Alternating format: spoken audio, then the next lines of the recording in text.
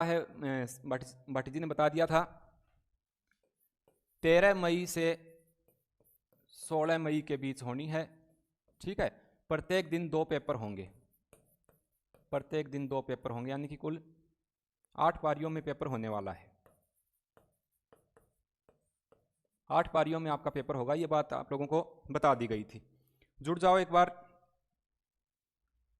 हाँ, अपने मित्रों के साथ शेयर कर दो। कोई आया है क्या? गार्गी गोयल सर आवाज़ सही आ रही है? बिल्कुल बिल्कुल बेटा, आवाज़ आ रही है तो एक बार शेयर कर दो। जुड़ जाते हैं 2-4 बच्चे और। अब आए हैं बच्चे। रूपसा नाइक कह रहे हैं राम राम गुरुजी। राम राम सभी को। 2 दिन किन्हीं कारणों से आप लोगों की क्लास नहीं हो पाई थी। विकास कुमार भी आ गए हैं। राम राम सर जी। राम राम, गुड इवनिंग सभी को। जुड़ जाओ, बहुत ही महत्वपूर्ण क्लास रहने वाली है। घरेलू हिंसा को लेकर के सारी बातें बताएंगे। जुड़ जाओ एक बार। पायल आ गए हैं। राधे राधे गुरु। Radhe Radhe, good evening. हाँ, आ जाओ भाई सारे। आवाज़ प्रॉपर रूप से आ रही है क्या? थोड़ा सा जोर से बोल लेंगे। एक बार जुड़ जाओ, थोड़ा सा जोश मेरे में भी आ जाएगा पढ़ाने का। हाँ, आ जाओ धीरे धीरे। ब्रोदर क्लासेस कह रहे हैं राम राम सा। राम राम, राम राम सभी को। राम राम सभी को, गुड इवनिंग। शेयर कर दो एक बार। बहुत ही शानदार क्लास रहने वाली है। टॉपिक का नाम बता देता हूं, घरेलू हिंसा संरक्षण अधिनियम 2005।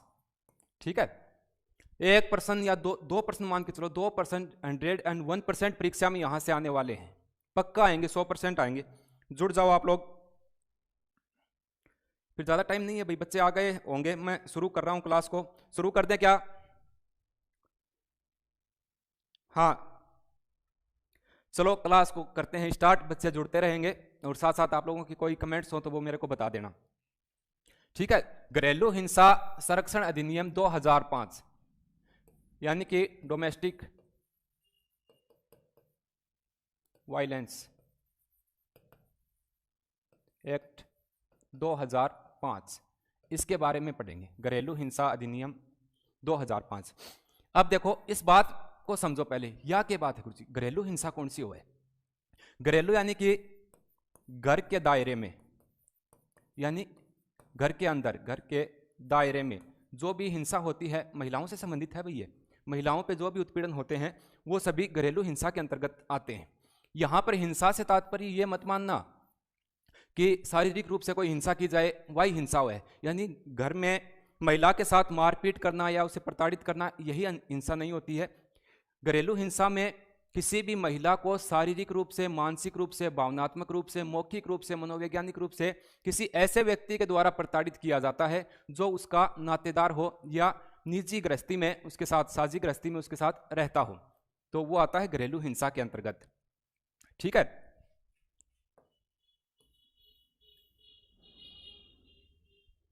हाँ, जुड़ गए होंगे बच्चे।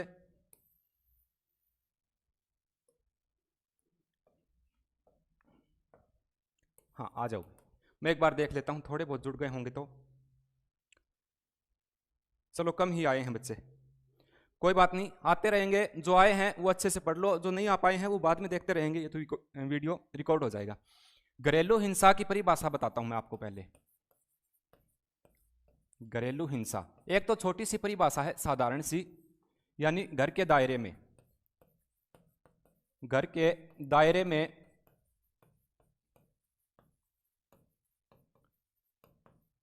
महिलाओं के साथ उत्पीड़न करना, उत्पीड़न करना घरेलू हिंसा होता है। ठीक है, यह तो एक साधारण सी परिभाषा है।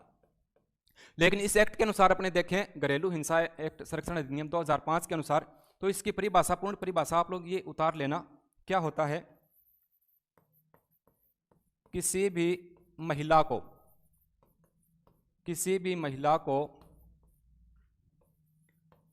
घर के दायरे में, घर के दायरे में शारीरिक रूप से, शारीरिक रूप से, ठीक है, मानसिक, शारीरिक, मानसिक, मौखिक, ठीक है भाई, भावनात्मक भावनात्मक तथा मनोवैज्ञानिक या यौन उत्पीड़न किसी ऐसे व्यक्ति द्वारा किया जाता है, किसी ऐसे व्यक्ति द्वारा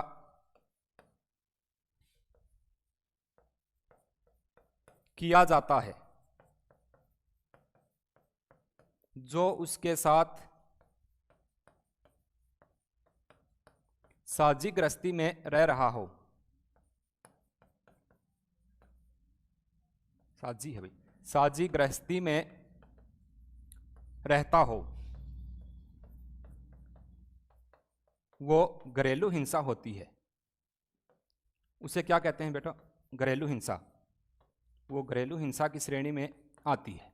तो ये है परिभाषा घरेलू हिंसा की। थोड़ा सा मैं बड़ा कर देता हूं, देख लो। घरेलू हिंसा का मतलब घर के दायरे के अंदर कोई महिला है और उसके साथ शारीरिक रूप से, मानसिक रूप से, मौखिक रूप से या भावनात्मक रूप से, मनोवैज्ञानिक रूप से किसी भी प्रकार से किसी ऐसे व्यक्ति द्वारा प्रताड़ित किया जाता है जो उसके साथ साझी गृहस्थी में रहता है या वह उसके परिवार में किसी नातेदारी में है। ठीक है, तो वो घरेलू हिंसा के अंतर्गत आता है। हाँ,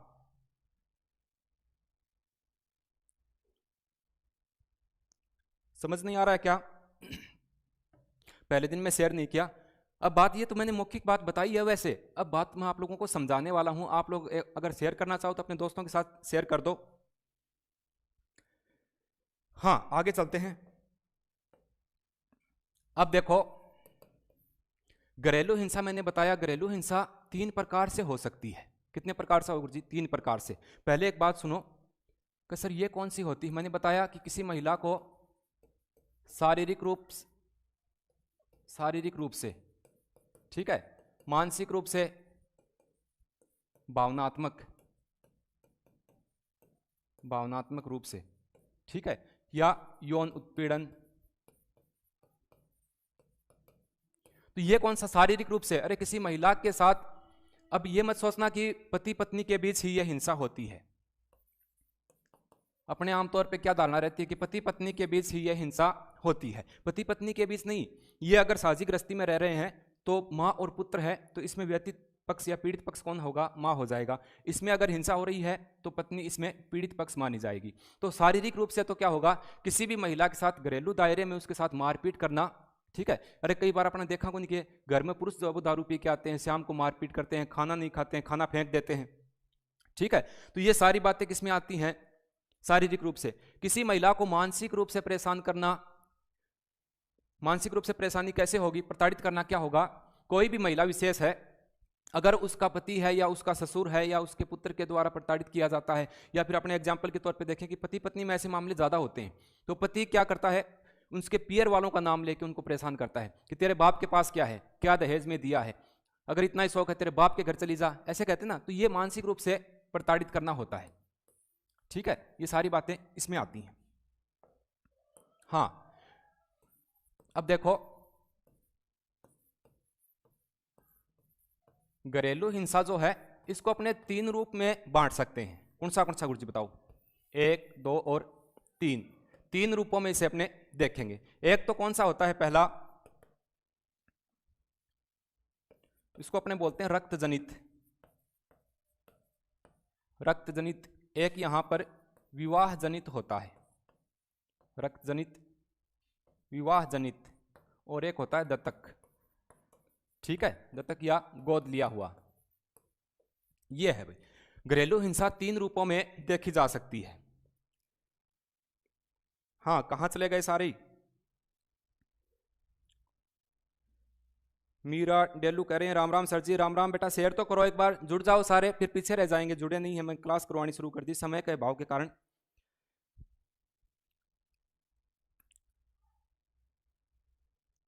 Rakesh Bhati, good evening sir. Good evening बेटा, शेयर करो एक बार। आप लोग जुड़ोगे तो ही मैं क्लास लेके आऊंगा, कल नहीं फिर मेरे को, मैं ऑफलाइन क्लास से करवा रहा हूं, वो करवा लेंगे। जुड़ो एक बार। अरे समझ में आएगा। एक बार तो शुरुआत में मैंने बेसिक चीजें बताई हैं, अब आपको डिटेल से समझाने वाला हूं। ठीक है, मैंने सोचा बच्चे जुड़ जाते हैं, इतने बेसिक चीजें बता देते हैं। पायल आ गए हैं, गुड इवनिंग बेटा। जोड़ो सभी को। आपके साथ जो भी पढ़ने वाले बच्चे हैं, अब तो पुलिस का एग्जाम डेट भी आ चुका है। अब तैयारी कब, उसने आप पूछ रहे थे ना कि कब होगा सर पुलिस का एग्जाम, कब होने वाला है, तो मैंने अप्रैल के लास्ट में बताया था। वो एक ही बात है, मई के फर्स्ट या सेकंड वीक में आपकी डेट आई गई है 13 मई से। हाँ, अब घरेलू हिंसा 3 रूपों में हो सकती है, इसको आप मोस्ट लगा लो, यहां से क्वेश्चन परीक्षा में पुटअप हो सकता है। रक्त जनित कौन सा हो गुरुजी? रक्त जनित में कौन सा होता है?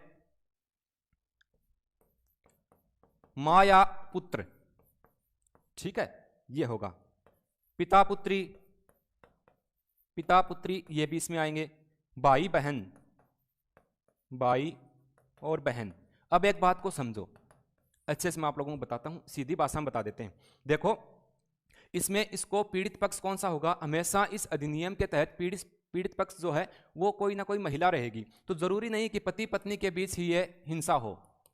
आमतौर पे अपनी धारणा होती है पति पत्नी के बीच ही हिंसा होती है, बाकी 70% मामले पति पत्नी के ही होते हैं इसमें। लेकिन माँ और पुत्र के बीच में अगर पुत्र द्वारा माँ को प्रताड़ित किया जा रहा है तो पीड़ित पक्ष कौन होगा? माँ यहाँ पर व्यथित, इसको बोलते हैं व्यथित पक्ष या पीड़ित पक्ष कौन होगा? माँ होगी। पिता पुत्री है, कोई पिता अपनी पुत्री को प्रताड़ित कर रहा है मानसिक रूप से, शारीरिक रूप से, किसी भी प्रकार से, तो यहां पर पीड़ित पक्ष कौन सा होगा? या व्यथित पक्ष, व्यथित पक्ष पुत्री मानी जाएगी यहां पे। भाई बहन में पीड़ित पक्ष कौन हो जाएगा? बहन। तो जरूरी नहीं कि पति पत्नी के बीच ही ये हिंसा हो, ये यहां पर ये भी बनता है। विवाह जनित कौन सा होगा? देखो मैं यहां लिख देता हूं, विवाह जनित में पति पत्नी, पति पत्नी भी हो सकते हैं, ससुर बहू भी हो सकते हैं, ससुर और बहू, ठीक है, भाभी देवर। अब देखो पति पत्नी है तो पीड़ित पक्ष कौन सा होगा? पत्नी हो जाएगा। अगर ससुर और बहू के बीच में कोई हिंसा का मामला है तो उसमें पीड़ित पक्ष कौन होगी? बहू हो जाएगी। भाभी और देवर जो है ये घरेलू हिंसा का मामला है तो इसमें पीड़ित पक्ष कौन होगा? भाभी हो जाएगी। दत्तक पुत्र में पिता है पुत्री है तो यहां पर पीड़ित पक्ष कौन हो जाएगा? पुत्री। तो याद रखना घरेलू हिंसा के अंतर्गत घर के दायरे में रहने वाली अपनी कोई बहन भी हो सकती है, अपनी माँ भी हो सकती है, अपनी भाभी भी हो सकती है, अपनी मौसी भी हो सकती है, यानी घर के अंदर जितनी भी महिलाएं निवास करती हैं वो घरेलू, अगर उनको उनके साथ उत्पीड़न हो रहा है किसी प्रकार का तो वो घरेलू हिंसा के अंतर्गत ही आता है, ठीक है। हाँ शेयर तो करो एक बार। सुरेश राजस्थान पुलिस, सर जी राम राम राम राम राम राम सुरेश। रेखा वर्मा नमस्ते सर जी, नमस्ते बेटा। 2 दिन क्लास नहीं हो पाई, आप लोग दाएं बाएं खिसक गए सारे ही, ठीक है। हाँ आगे देखो, ये मैंने बता दिया घरेलू हिंसा याद रखना रक्त जनित भी हो सकती है, विवाह जनित भी हो सकती है, और दत्तक या गोद लिया हुआ कोई पुत्र पुत्री है तो वहां पर भी हो सकता है। याद रखना पीड़ित पक्ष हमेशा यहां पर कोई महिला ही होगी, ठीक है, चाहे वो भाई बहन का कोई मामला हो, चाहे पिता पुत्री का हो, चाहे माँ पुत्र का हो, ठीक है, या पति पत्नी का कोई मामला है, ससुर बहू का है, तो इसमें पीड़ित या व्यथित पक्ष जो है वो हमेशा महिला ही रहती है। हाँ आगे देखो,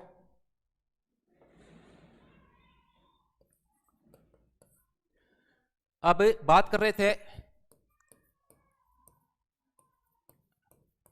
घरेलू हिंसा संरक्षण अधिनियम, संरक्षण अधिनियम 2005 की, ठीक है। घरेलू हिंसा अधिनियम जो है इसमें कुल कितनी धाराएं हैं गुरुजी? कुल कितनी धाराएं हैं? कमेंट्स करके बताओ, मूर्खों सुस्त कैसे हो आप लोग। घरेलू हिंसा अधिनियम जो है इसमें कुल कितनी धाराओं का उल्लेख है? रेखा करें नमस्ते सर जी, तारा चंदाबाई है, राम राम जी, राम राम राम राम सभी को। आ जाओ, कुल कितनी धाराएं हैं? पहले आपने पढ़ा था ना बाल विवाह निषेध प्रतिषेध अधिनियम 2006, तो उसमें कुल कितनी धाराएं थी? 21। उसके बाद में मैंने आपको दहेज प्रतिषेध अधिनियम बताया था, उसमें कुल 10 धाराओं का उल्लेख था। यहां पर कुल धाराएं कितनी हैं? कुल 37 धाराएं हैं। कितनी धाराएं गुरुजी? 37 धाराओं का उल्लेख है इसमें घरेलू हिंसा अधिनियम में, ठीक है। और अध्याय, कितने अध्याय में यह विभाजित किया गया है? तो इसमें कुल 5 अध्याय हैं भाई। अध्याय में आप लोगों को नहीं कराऊंगा, 5 अध्याय हैं, याद रखना।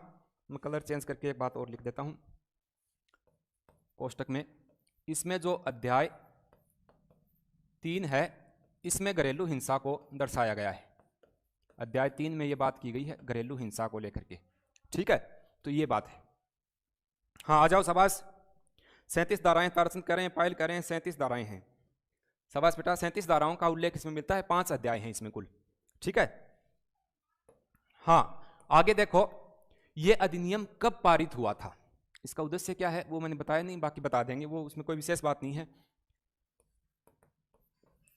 13 सितंबर 2005 को इसे पारित किया गया था, ठीक है।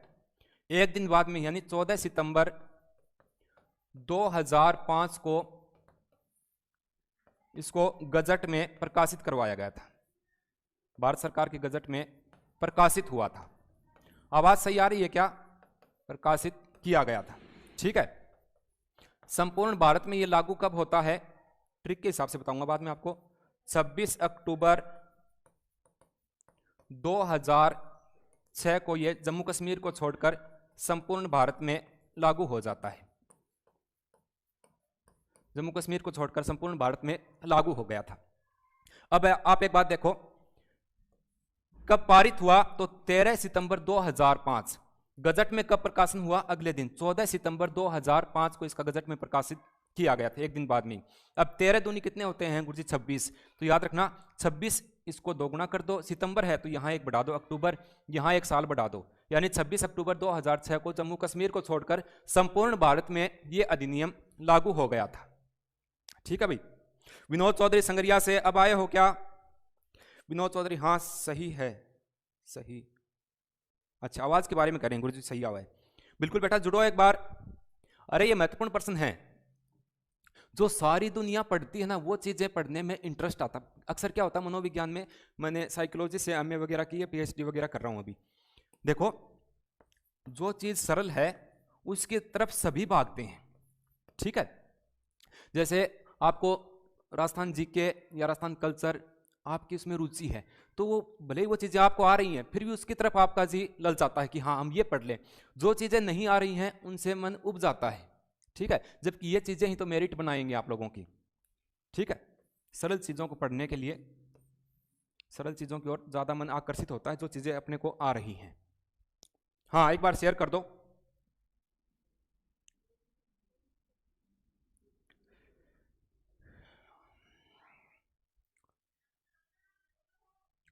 आ जाओ शाबाश, जुड़ जाओ। हाँ देखो, घरेलू संरक्षण अधिनियम यानी डोमेस्टिक वायलेंस एक्ट 2005 की बात कर रहे हैं, याद रखना इसमें कुल 37 धाराओं का उल्लेख है। इसमें कुल अध्याय जो हैं उनकी संख्या है 5 और सबसे महत्वपूर्ण इसमें अध्याय है 3 जिसमें घरेलू हिंसा को दर्शाया गया है। घरेलू हिंसा संरक्षण अधिनियम 2005 जो है ये 13 सितंबर 2005 को पारित किया गया था, ठीक है। इसको भारतीय गजट में प्रकाशित किया था, 14 सितंबर 2005 को प्रकाशित हुआ और संपूर्ण भारत में लागू होता है जम्मू कश्मीर को छोड़कर 26 अक्टूबर 2006 को। और जम्मू कश्मीर में आप लोगों को मैं बता चुका हूं 31 अक्टूबर 2021 के बाद में यहां पर भी ये लागू हो गया है, ठीक है। आगे चलें, स्क्रीनशॉट ले लिया होगा आप लोगों ने। हाँ अब ये जो अधिनियम है 2005 का, अपने इसकी सिफारिश कैसे हुई, ये क्यों बना, इसमें मैं थोड़ी सी बात बता देता हूं आप लोगों को। देखो भारतीय संविधान के अनुच्छेद कितने में ये बात दर्शाई गई है? 21 में। भारतीय संविधान में अपने अनुच्छेद 21 जो है वो ये कहता है कि महिलाओं को दैहिक स्वतंत्रता व गरिमा का उल्लेख करता है कि वो अपनी गरिमा को बनाए रखेंगी। तो इसका उल्लेख इसमें है अनुच्छेद 21 में, ठीक है। अब इस अनुच्छेद के अकॉर्डिंग भी इसका निर्माण किया गया था। किसको बनाया गया था?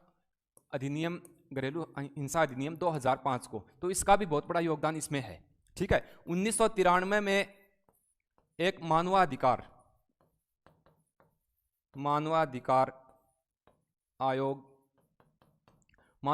आयोग का एक विश्वव्यापी यानी विश्व स्तर का एक सम्मेलन हुआ था 1993 में। उसमें भी ये बात कही गई थी कि महिलाओं को दैहिक स्वतंत्रता व अपनी गरिमा बनाने का अधिकार होगा, ठीक है। तो इन दोनों को मद्देनजर रखते हुए घरेलू हिंसा अधिनियम घरेलू हिंसा संरक्षण अधिनियम 2005 जो है इसका गठन किया गया था, याद रखना। तो ये भी महत्वपूर्ण बातें हैं दोनों। क्या क्या बातें हैं गुरु, एक बार फिर बताओ। भारतीय संविधान के अनुच्छेद 21 में ये बात दर्शाई गई है कि महिलाओं को अपनी गरिमा व अपनी दैहिक स्वतंत्रता का अधिकार होगा। और 1993 में कई देशों का एक सम्मेलन हुआ, उस सम्मेलन में ये मंत्रणा हुई, ये विचार हुआ उसमें कि महिलाओं को दैहिक स्वतंत्रता व गरिमा बनाए रखने के लिए ऐसा कोई एक्ट होना चाहिए। उसके बाद में 2005 में इसका गठन किया गया था। हाँ, और कोई बेसिक बात है तो बताओ, कोई क्वेश्चन वगैरह? हाँ, आगे चलते हैं अपने। अब इसमें कुल 37 धाराओं का उल्लेख है। बारी बारी में सभी धाराओं को आप लोगों को करवाता हूं।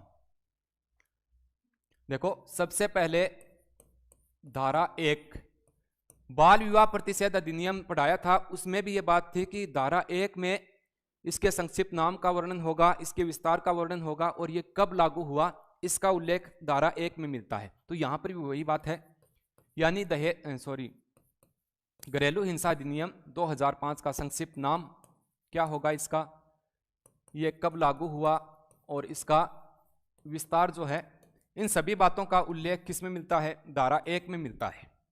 ठीक है।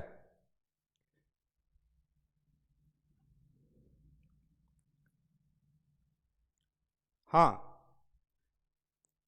एक बार शेयर तो करो, थोड़े बच्चे जुड़े तब थोड़ी सी क्लास को आगे लेके चलें।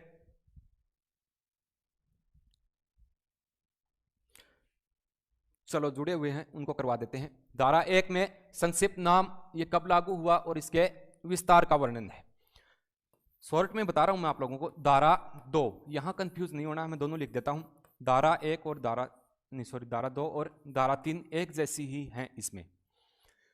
धारा 1 में संक्षिप्त नाम लागू कब हुआ, इसके विस्तार का उल्लेख है, मैंने बता दिया। संक्षिप्त नाम इसका जो है वो घरेलू हिंसा संरक्षण अधिनियम 2005 है। ठीक है। लागू कब हुआ था? 26 अक्टूबर 2006 को संपूर्ण भारत में, जम्मू कश्मीर को छोड़कर संपूर्ण भारत में लागू होता है। नहीं, सॉरी, विस्तार की बात कर रहे थे, संपूर्ण भारत में लागू होता है। हाँ, अब धारा 2, धारा 2 में ये जो अधिनियम है, पूरा नहीं लिख रहा हूं मैं, शॉर्ट में लिख रहा हूं, अधिनियम 2005 यानी घरेलू हिंसा अधिनियम 2005 जो है इसकी परिभाषा है, इसकी परिभाषा का उल्लेख किया गया है। याद रखना, परीक्षा में जब ये प्रश्न पूछा जाएगा तो परीक्षा में प्रश्न ये आएगा कि घरेलू हिंसा की परिभाषा को किस धारा के अंतर्गत परिभाषित किया गया है। तब आप ये मत कर देना कि धारा 2 में। यहां धारा 2 में सिर्फ अधिनियम को परिभाषित किया गया, इस अधिनियम को परिभाषित किया गया है। धारा 3 जो है इसमें घरेलू हिंसा की परिभाषा जो है, घरेलू हिंसा को परिभाषित किया गया है। यानी घरेलू हिंसा की परिभाषा जो है वो यहां पर धारा 3 में है। पीछे अब तक दो अधिनियम अपने पढ़े हैं, उन दोनों में धारा 2 में ये दर्शाया गया था, परिभाषाओं का उल्लेख था। भले ही वो बाल विवाह प्रतिषेध अधिनियम था, भले ही वो दहेज प्रतिषेध अधिनियम 1961 हो, दोनों में धारा 2 में उल्लेख था, लेकिन यहां पर घरेलू हिंसा की परिभाषा धारा 3 में है। ठीक है। हाँ, परी विश्नोई भाटी सर की लाडली अब आए हैं, प्रणाम कर रहे हैं। Anita soda, good evening sir. हाँ, परी विश्नोई क्या कह रहे हैं? एक मिनट, बीच में कोई कॉल आ गया था। परी विश्नोई धारा 2, हाँ जुड़ो बेटा, एक बार जुड़ोगे ना तभी तो आगे क्लास ढंग से हो पाएगी। धारा 3 में घरेलू हिंसा को परिभाषित किया गया है, याद रखना, ये अच्छी बात है, परीक्षा में आने कंफ्यूज करने वाली बात हो गई ना। धारा 2 में तो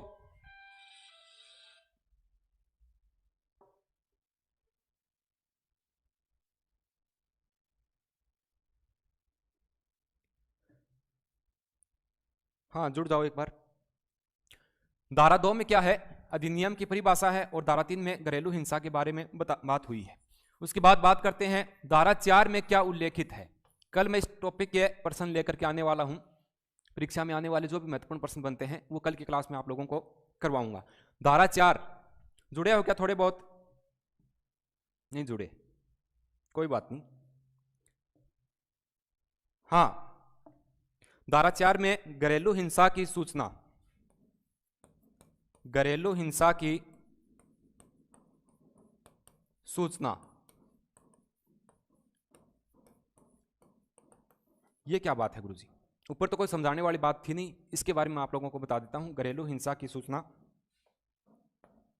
इसका उल्लेख किसमें है? धारा 4 में है। कैसे होगा कि घरेलू हिंसा की सूचना यानी किसी भी घर में किसी महिला को प्रताड़ित किया जा रहा है, उसका पति शराब पी के आता है, महिला को पीटता है, ठीक है, उसकी धुनाई कर देता होता है, जो भी है, जो भी घटना होती है। अब इसकी सूचना या तो वो महिला यानी व्यथित महिला स्वयं इसकी सूचना पुलिस को दे सकती है, व्यथित महिला, ठीक है, वो स्वयं भी इसकी सूचना दे सकती है, या फिर उसका कोई पड़ोसी है या उसका कोई नातेदार और है तो वो भी इसकी सूचना जो है वो पुलिस को दे सकता है। तो घरेलू हिंसा की सूचना की रिपोर्ट जो है उसका उल्लेख मिलता है धारा 4 के अंतर्गत, ठीक है भाई। देख लो बेटा, मैं शॉर्ट में लिखवा रहा हूं, मोटी मोटी बातें जो परीक्षा में आने वाली है वो धारा 3 मोस्ट लगा लेना आप लोग। चलो आगे चलते हैं।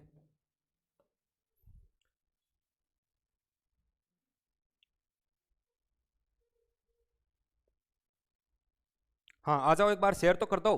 समझ में नहीं आ रहा तो कमेंट्स तो करके बताओ तो सही कि सर कल क्लास वगैरह मत कराना, ठीक है।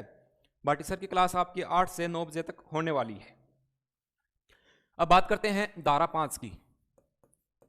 कितनी गुरुजी? धारा 5। अरे बिल्कुल ही सरल है, आप लोग नहीं देखते हो तो वो अलग बात है। धारा, इसमें भी धारा 1 में संक्षिप्त नाम, ये लागू कब हुआ या फिर इसका विस्तार कितना है, इसका उल्लेख धारा 1 में दिया हुआ है। धारा 2 में अधिनियम की परिभाषा दर्शाई गई है। धारा 3 में घरेलू हिंसा की परिभाषा है और धारा 4 में यानी कि जो भी हिंसा हो रही है उसकी सूचना की बात कही गई है, ठीक है। अब बात करते हैं धारा 5 की। जुड़ो एक बार।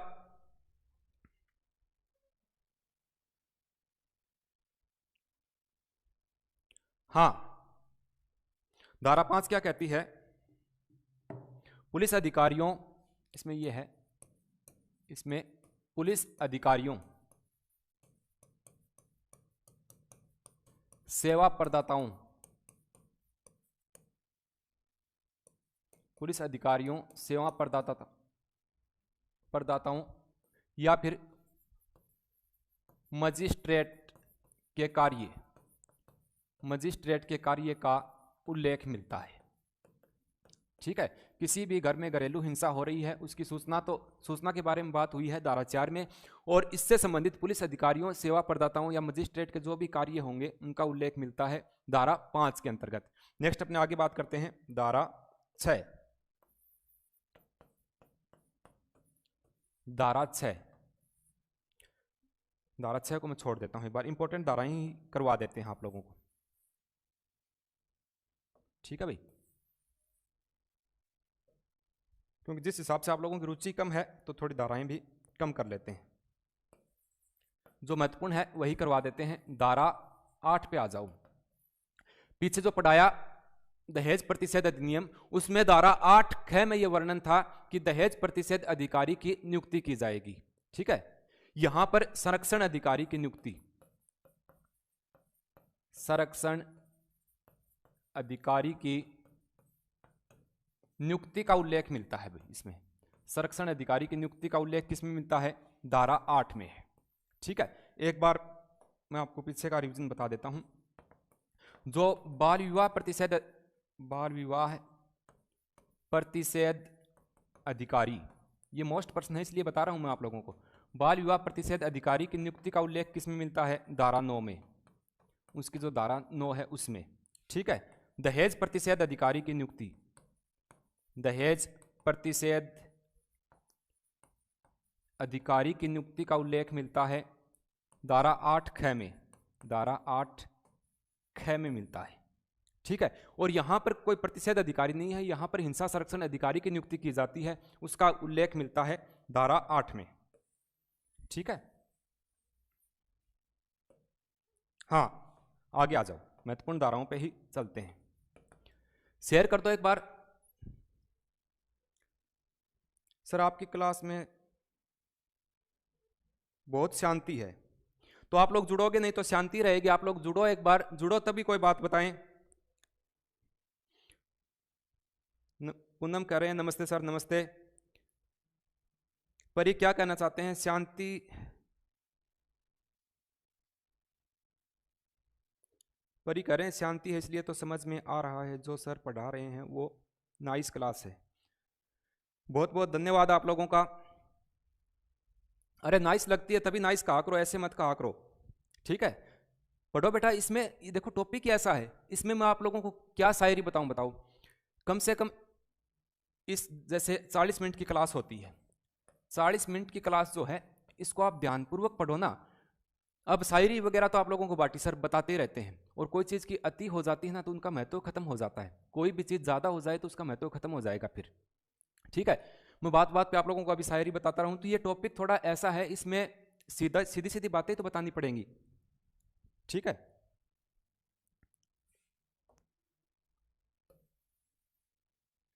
हाँ आ जाओ, धारा 8 के बाद अपने चलते हैं।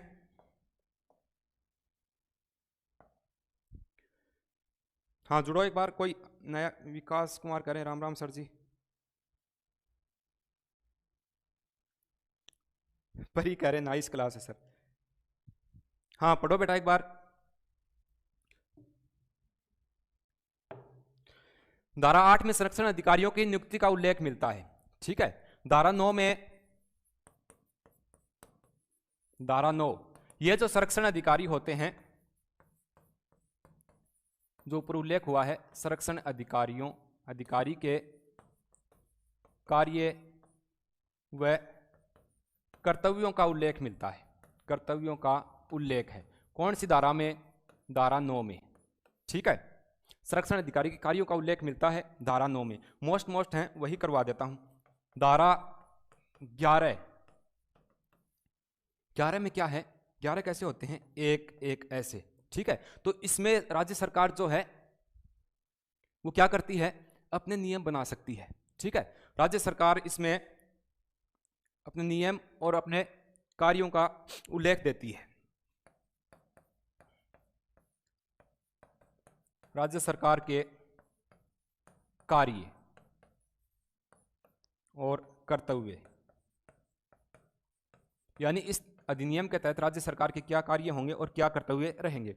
धारा, ये मोस्ट लगा लेना बेटा, मैं बताता हूं आपको। धारा 11 जो है ये बहुत ही महत्वपूर्ण है। 11 एक एक करके उसके कर्तव्य बताए जाते हैं, एक एक 11, ठीक है। अब कई महिलाएं होती हैं, वो देखो गांव में अपने देखते हैं अक्सर घरेलू हिंसाएं चलती रहती हैं, महिला चुपचाप सहन करती रहती है। महिलाओं को पुरुष जो है वो पीटते रहते हैं घरों में, ठीक है। भले ही वो माँ बेटे का कोई रिश्ता है तो उसमें कोई मारपीट हो रही है तो वो भी शामिल है। देवर भाभी का कोई रिश्ता है तो वो भी उसमें महिला जो है, व्यथित महिला यानी कि भाभी जो है वो पीड़ित होती रहती है। महिलाओं को इसके बारे में बिल्कुल भी नॉलेज नहीं होता है किसी भी प्रकार का। गांव की महिला क्या जानती हैं कि कौन सा अधिनियम है, ऐसा भी कोई कानून है क्या? तो इसमें राज्य सरकार को यह भी कहा गया है कि इस अधिनियम का प्रचार प्रसार करे, प्रचार प्रसार करे, ठीक है। यानी घर घर तक ये बात पहुंचनी चाहिए। महिलाएं, जो भी महिलाओं के साथ उत्पीड़न हो रहा है किसी भी प्रकार का, अरे सब महिलाओं ध्यान होना चाहिए कि पति मारपीट करे तो इनके खिलाफ मुकदमा आपा करवा सका, थाने में परिवाद किसी भी प्रकार को लगा सका, ठीक है। तो ये काम भी किसका है? सरकार, राज्य सरकार का होगा, और ऐसा उल्लेख धारा 11 में किया गया है। हाँ आप, और कोई बात है क्या? हाँ शेयर करो बेटा एक बार। रेखा वर्मा कह रहे हैं शायरी, पता नहीं क्या बता रहे हैं।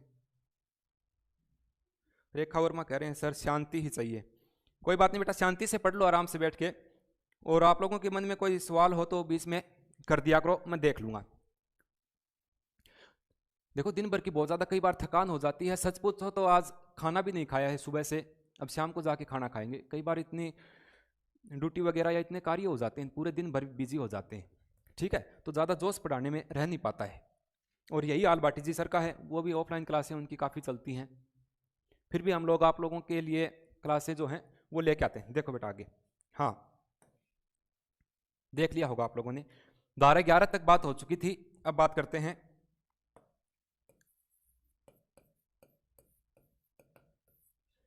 महत्वपूर्ण धाराएं हैं, वो लिखवा देता हूं मैं आपको। धारा 12 में मजिस्ट्रेट को आवेदन,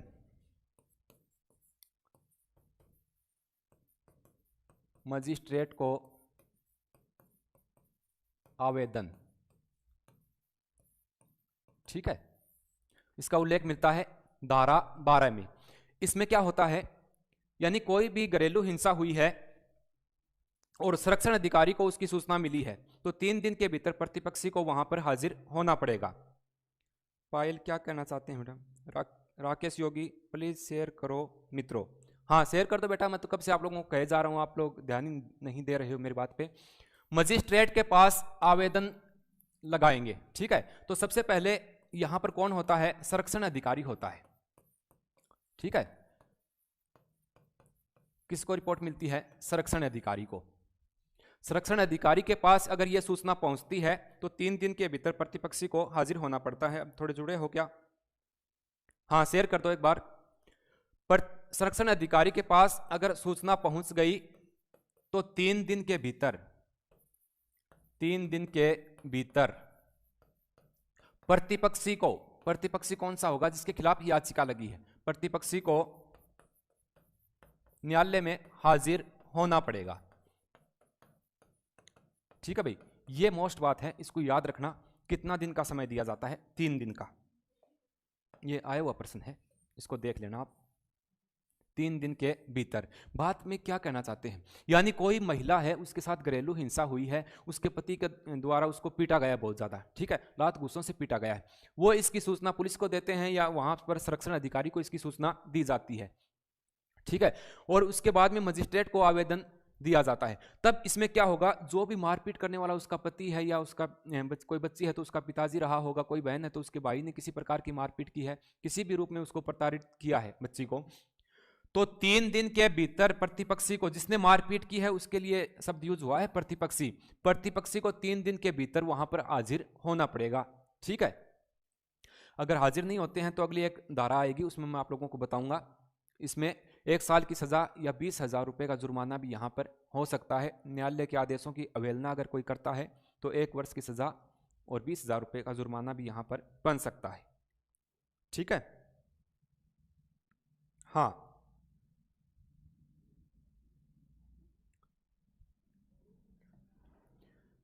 आगे देखो, धारा 16, क्योंकि 37 धाराएं हम ना मुख्य मुख्य करवाने वाला हूं मैं आप लोगों को।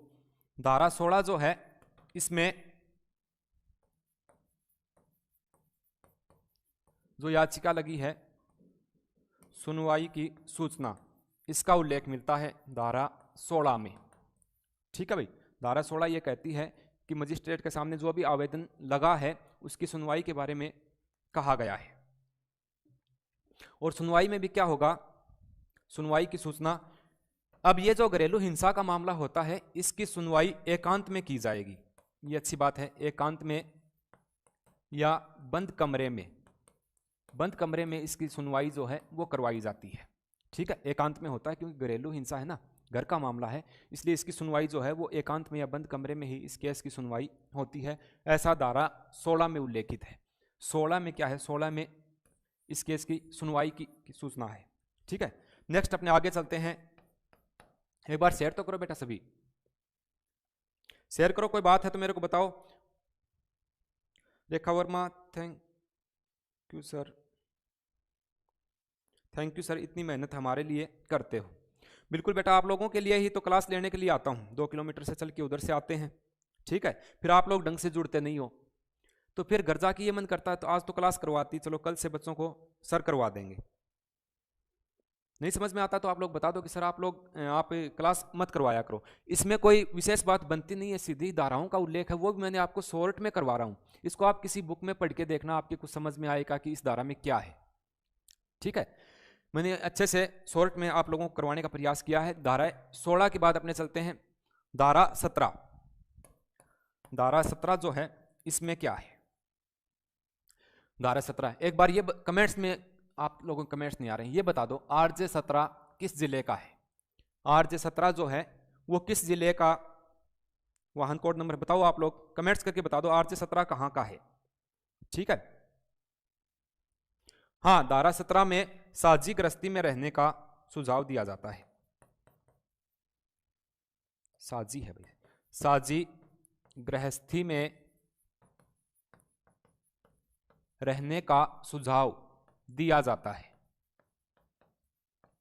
देखो पारिवारिक मामले होते हैं, पति पत्नी के बीच झगड़ो हो भी जाए, ठीक है, तो उनका समझौता करवा के उनको साझी गृहस्थी में रहने का सुझाव दिया जाता है, ठीक है भाई।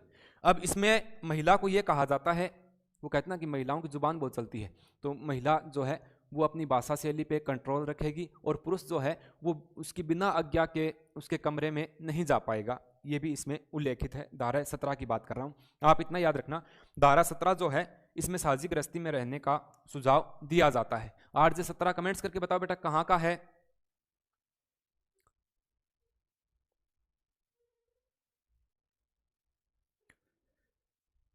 अनिल कुमार परी बिश्नोई कह रहे हैं समझ में आओ सर, आप पढ़ाओ प्लीज। मैं तो पढ़ा ही रहा हूं बेटा।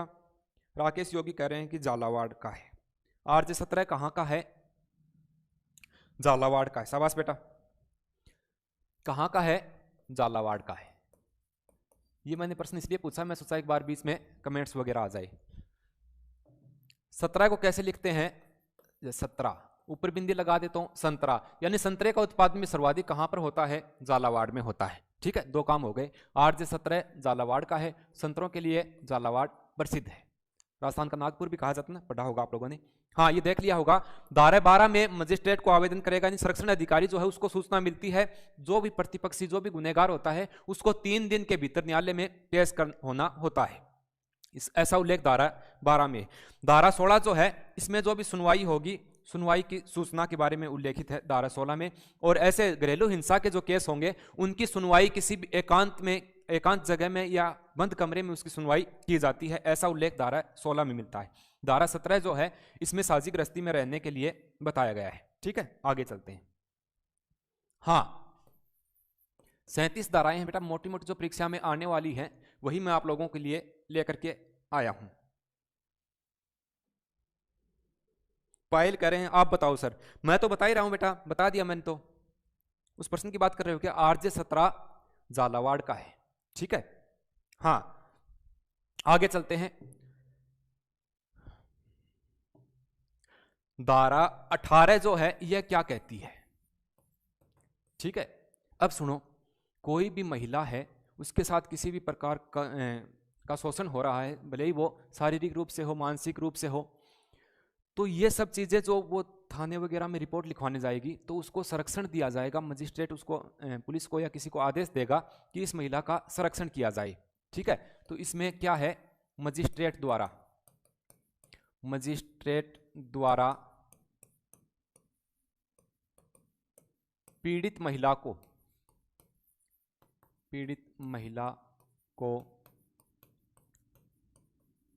प्रतिपक्षी से, पीड़ित महिला को, थोड़ा सा गलत हो गया था,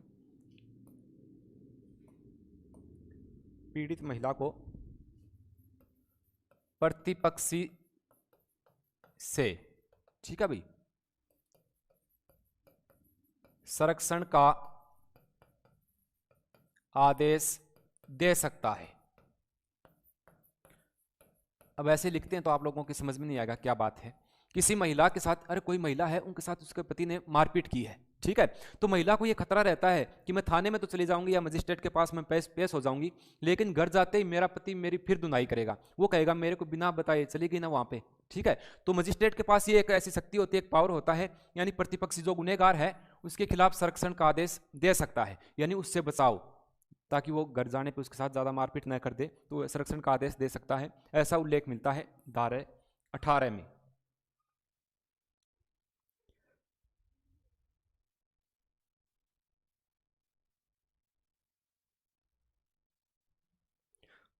रेखा कह रहे हैं सर क्लास को ब्रेक मत दिया करो, रेगुलर रखो सर। बिल्कुल बेटा, रेगुलर रखने की कोशिश करते हैं, कई बार बहुत ही इमरजेंसी काम हो जाते हैं, ठीक है। ड्यूटी भी अपना एक कर्तव्य होता है, तो ड्यूटी के बाद में 8 घंटे तो आप मिनिमम ड्यूटी मान के चलो भाई, 8 घंटा तो ड्यूटी आ जाए, ठीक है। एक तो कोई छोटी मोटी मैं मनोविज्ञान की ऑफलाइन क्लास से भी करवाता हूँ बच्चों को, तो वो भी थोड़ा समय लग जाता है। उसके बाद में समय निकाल के मैं आप लोगों के लिए क्लास लेकर के आता हूँ, और उसमें भी आप लोग शेयर में कंजूसी करते हो, ठीक है। अरे लाइक को बटन तो दबा दिया करो ना, लाइक को। धारा 18 की बात हो गई है। अब बात करते हैं धारा 20 का। धारा 20 यानी कि धारा 20। ठीक है, धारा 20 में क्या उल्लेखित किया गया है? जुड़े भी नहीं हो आप लोग अभी भी। राकेश यादव कह रहे हैं जय हिंद सर। मैं अच्छा, राकेश कुमार आर्मी में जम्मू कश्मीर से।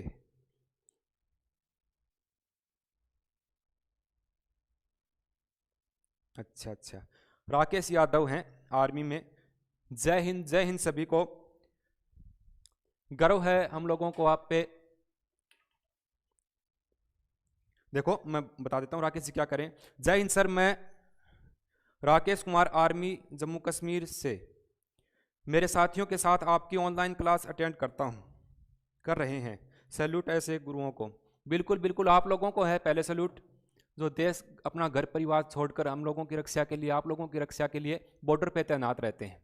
ठीक है, हाँ जुड़े रहो। इसमें क्या है? धन का अनुतोष प्राप्त करना। अनुतोष प्राप्त करना, अनुतोष से क्या मतलब है यहां पे मैं बता देता हूं आप लोगों को।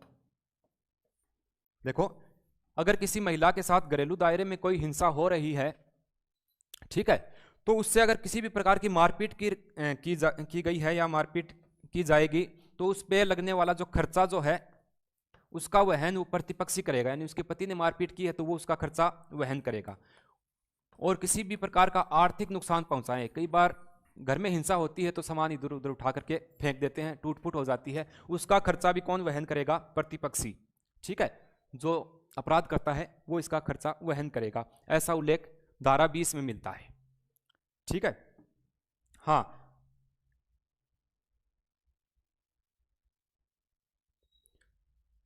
राकेश योगी कहते हैं लाइव वाचिंग क्यों नहीं बढ़ रही?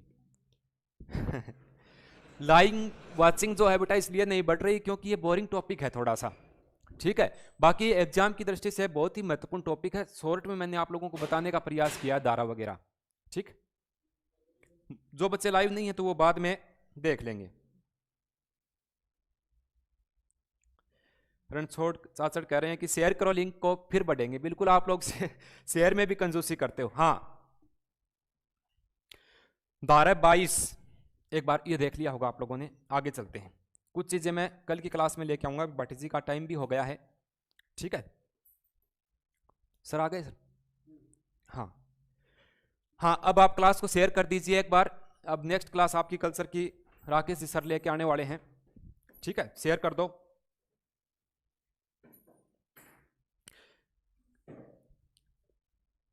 कर दो सर।